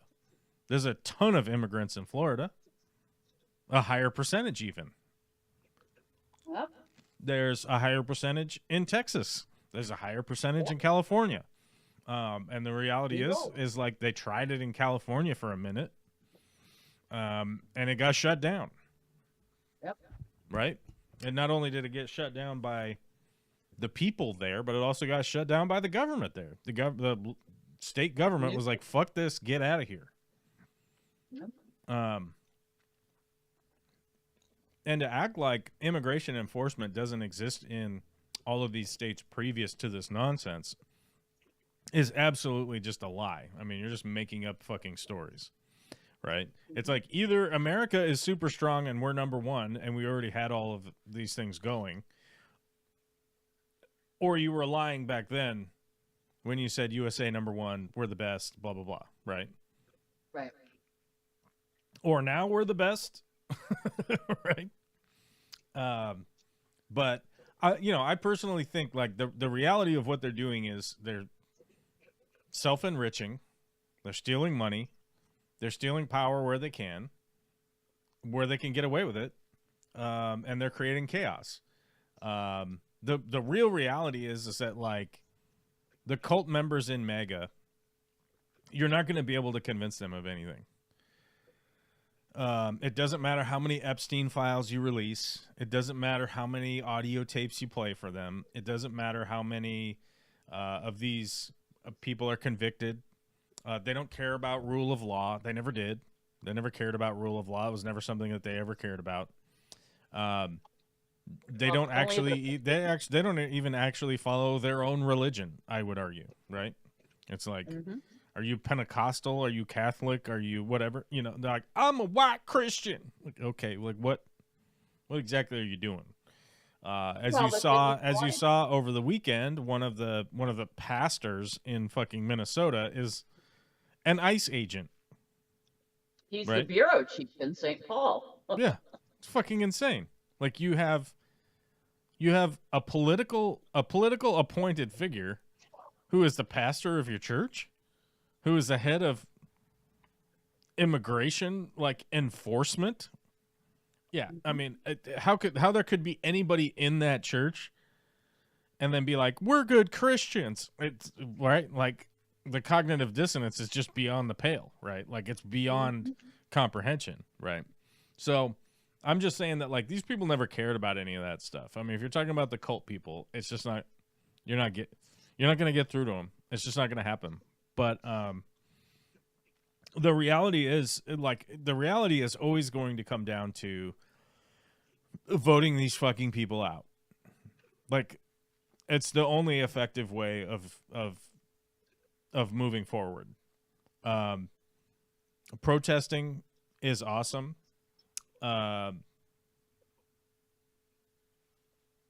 Like you know, being a saboteur or whatever, however you want to describe it. Like if you're nonviolent impediment to their stupid operations, like great, get in the way, you know, walk slowly on the sidewalk, you know, you know what I mean? Like these guys need to Charlie hustle down here. Like, okay, just be in the way guy, right? Like, okay, do that kind of stuff.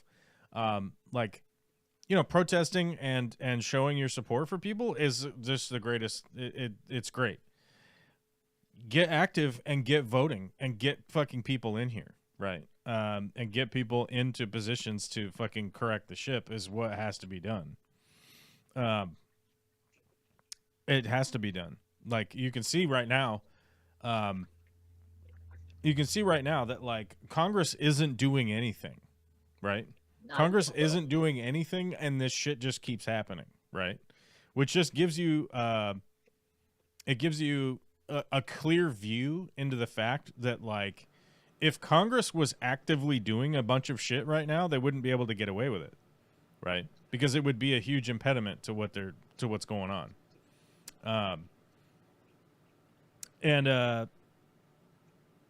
Yeah, I mean, it's what has to happen. So if he does invoke the Insurrection Act, which federalizes the National Guard, So is he able to take control of them from Waltz, or no? Now that Waltz has activated them who himself. the National Guard?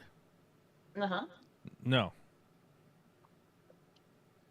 Isn't that the point? Part of the point of the Insurrection Act is that it federalizes National Guard units to the president's call.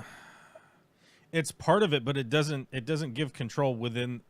I don't know. I mean, I have to look it up, but it doesn't give control of the National Guard in those states. You have to send in National Guard from a different state. Like you can't. That was my question. And if other states refuse, and I'm sure this is much more murky, will that allow him to, in some way, legally use the military against citizens?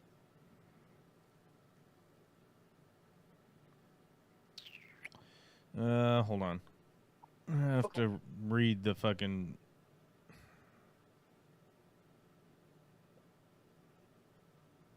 Yeah, Section 251 allows the president to deploy troops if a state's legislature or governor, if the legislature is unavailable, requests federal aid to suppress an insurrection in that state.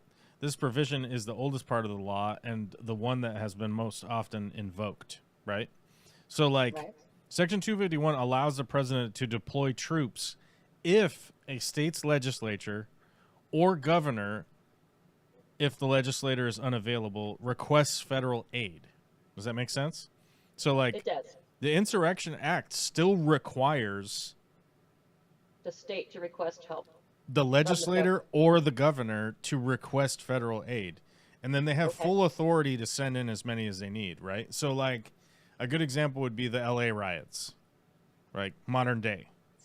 I forget who the governor was at the time, Jerry Brown or somebody. I don't know. Yeah. I don't know, Jerry Brown, or I think it was Jerry Brown, but they gave him authority to send in the National Guard, which is basically just a blank check to send in the National Guard. So it authorizes all of the money required to just keep sending in National Guard until it's over, right? While Section 251 requires state consent, Section 252 and 253 allow the president to deploy troops without a request from the affected state, even against the state's wishes. Section 252 permits deployment in order to enforce the laws of the United States or to suppress rebellion against the U.S. government whenever unlawful obstructions, combinations, or assemblages or rebellion make it impractical to enforce law in a state by the ordinary course of judicial proceedings. Section 253 has two parts. The first allows the president to use the military in a state to suppress any insurrection, domestic violence, unlawful combination, or conspiracy that so hinders the execution of the laws that any portion of the state's inhabitants are deprived of a constitutional right, and state authorities are unable or unwilling to protect that right. President Dwight D. Eisenhower and John F. Kennedy relied on this provision to deploy troops to desegregate schools in the South after the Supreme Court's landmark decision Brown v. Board of Education. The second part of Section 253 permits the president to deploy troops to suppress any insurrection, domestic violence, unlawful combination, or conspiracy in a state that oppresses or obstructs the execution of the laws of the United States or impedes the course of justice under those laws. So the real question here is that, like, if you enact this and say, well, I'm going to send in the troops, these all require evidence of one of these things, right? Right. Unlawful obstructions, combinations, or assemblages, or rebellion, or make it impractical to enforce the law in that state by ordinary course of judicial proceedings, right? So, like, you need to establish that. So, like, if you just say, yeah, I'm going to use the Insurrection Act, I'm going to send these in, right? It would require some kind of evidence that things are just so far out of control, right?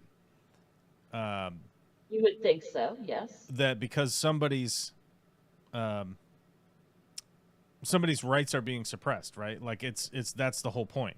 Is that like somebody's rights are being suppressed by somebody else, right?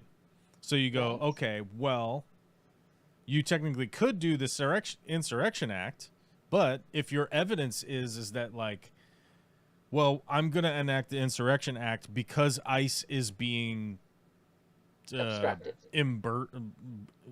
burdened or obstructed. Yeah, like you said, like ICE is being fucked with, right? Basically. Right. Well, it's not. They don't have a what's the word here? Like none of their ICE doesn't have a constitutional right to interact with citizens. Does that make sense? So it does. Like it doesn't say in the Constitution ICE is allowed to interact with citizens. ICE have been instructed and hired under the pretense that they are not allowed to interact with civilians, right? Correct. So the kind of shit that they're doing where they're like knocking on windows and yelling at people and being like, I'm going to arrest you if you keep following us, like that's not legal, right? So all of these ICE officers that are doing that shit at some point run a serious risk of being completely charged with crimes for doing that. Right. Which is the reason that like this small group of people wants to continue antagonizing this way out of the fear of that they'll probably be imprisoned at some point. But the real question is well, the National Guardsmen took an oath to protect the Constitution. So if the president says, hey, go, I don't know, shoot all of these people or whatever, right? They've already gone through the training to not do that. To not follow illegal orders, right? Like they've already been through the training and stuff. So it's like they probably aren't going to do it. Right. Right. Like we don't live in Game of Thrones where we have the king decides to burn everybody, whichever king that was. You remember that? Yeah. We live in a world of if we're in Game of Thrones, like we have a bunch of Jaime Lannisters, right? The Kingslayer, like we have a bunch of those guys. Not all of them, but we got people that are going to throw tea in the harbor, right? And absolutely refuse any kind of gun legislation, right? You know what I mean? So it's a question. It's a question of like what it comes down to. Like, I mean, if Trump came out tomorrow and said, hey, we're just going to start executing people in the street, like that doesn't suddenly just make all of these people murderers, you know? Like it doesn't wave a magic wand and all of a sudden everyone just wants to murder everybody, right? Right. Like, and I think we were looking more for some type of clear path as to how it could be possible that he would do these. Like, have a legal thing to hang his well, hat I mean, on. like, the bigger problem is that, like, our total armed forces is what, 1.2 million people? Yeah, against 350 million civilians.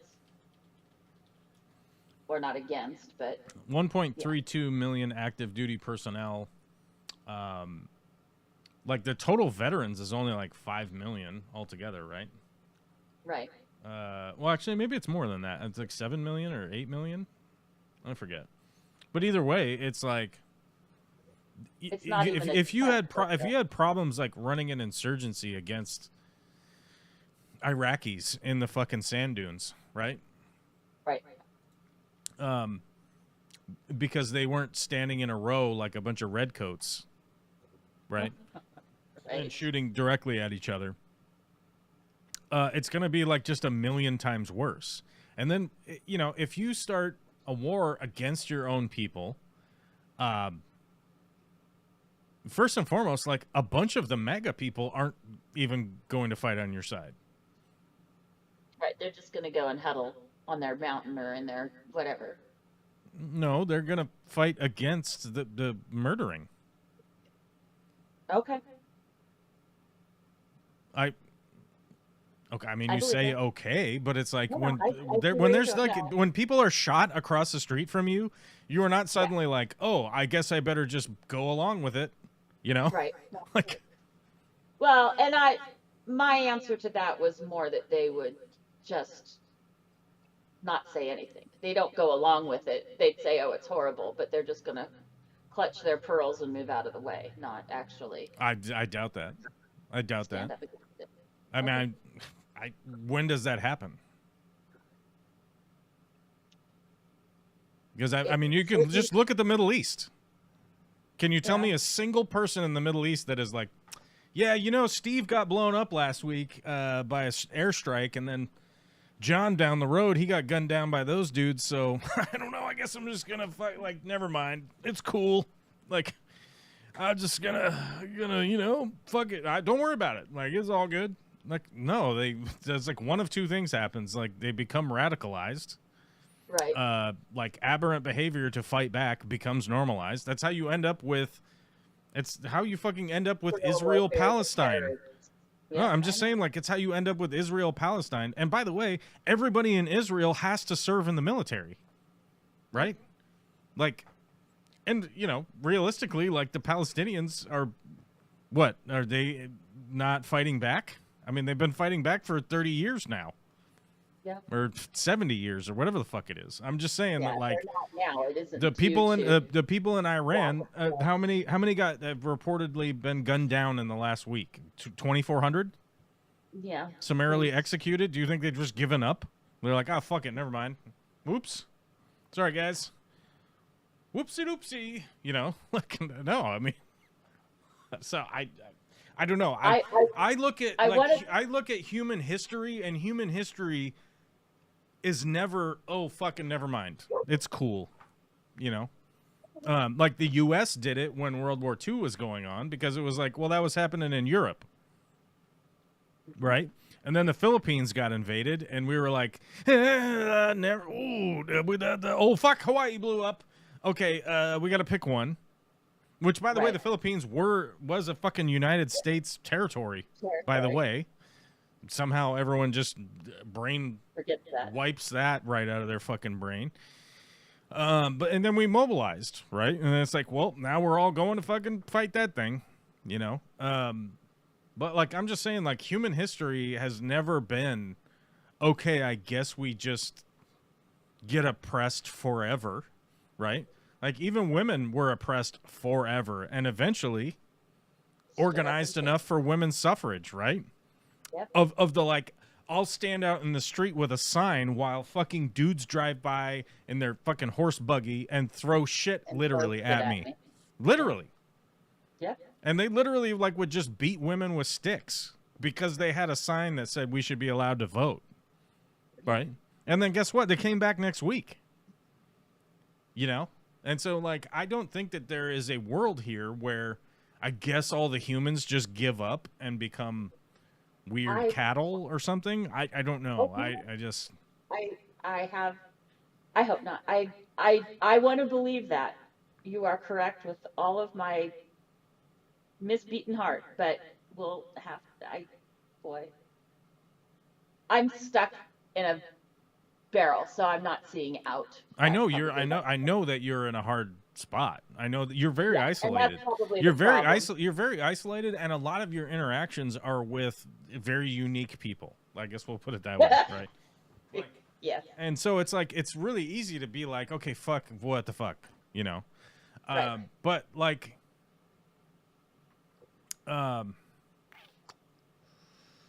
what's an example? I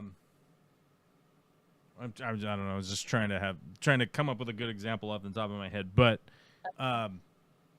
you know, the other day, like, we were protesting just out here the other day, right? Cool. And you know, it's like, I don't live in the liberal area. I know that people like have this generalized idea that, like, well, all of Washington is downtown Seattle or whatever, right? It's not. But you know, like, I have a neighbor that is super isolated, and he's like a MAGA guy or whatever, right? Right. But he claims that he's a moderate, like, oh, well, I'm just like a moderate, but it's like, you're not, because every time you bring up insane MAGA talking points to me. But the reality is that, like, if, like, our dog, one of these foster dogs got out and they were out there running around to catch the dog. Right. And it's like, if you actually are just like an absolute piece of shit person, you just be like, well, fuck that dog. Who cares? Because those lib cucks down the street, like, fuck those guys, but that's not the case. I mean, I just, yes, there are like crazy people. And in fact, there is a guy down the road from here who has a Confederate flag on a flagpole out in the middle of his fucking yard, even that guy, I would like 100% assume that even that guy, if like neighbors' houses are on fire, if people's lives are in danger, he probably would come out and help. And maybe the opposite would happen. Maybe he would walk down and stand in line with the soldiers to shoot the people, I guess. Maybe. But chances are, like, if you have like nondescript soldiers just shooting people, right? Like, Right. I don't care who you are, even if you're MAGA flag fucking Confederate flag dude, you can't identify who these soldiers are, but they're obviously shooting at Right. people or whatever. That's what generally they're going to direct their attention at. Like, and I don't know a world that looks completely opposite to that, that where it's like, oh, hey, there's just some people in some uniforms out here and they're clearly inflicting pain on other humans. So I guess I just am like, Right. Is there an episode of fucking Wheel of Fortune on? Like, people would get excited when exciting shit happens. I mean, it's, for real. But either way, it's 4:00 and I gotta go because it's been 2 hours, and I love you guys, but I have shit I gotta get done today. So we're gonna go do it. Thank you, everybody, for showing up today. Thank you for your... we didn't get any super chats, but we did get gifted memberships from Witchy Cat. Sorry, Witchy Bitches. She changed her name. She's been isolating. She's been isolating. And we got to go because I got to go. Okay, bye.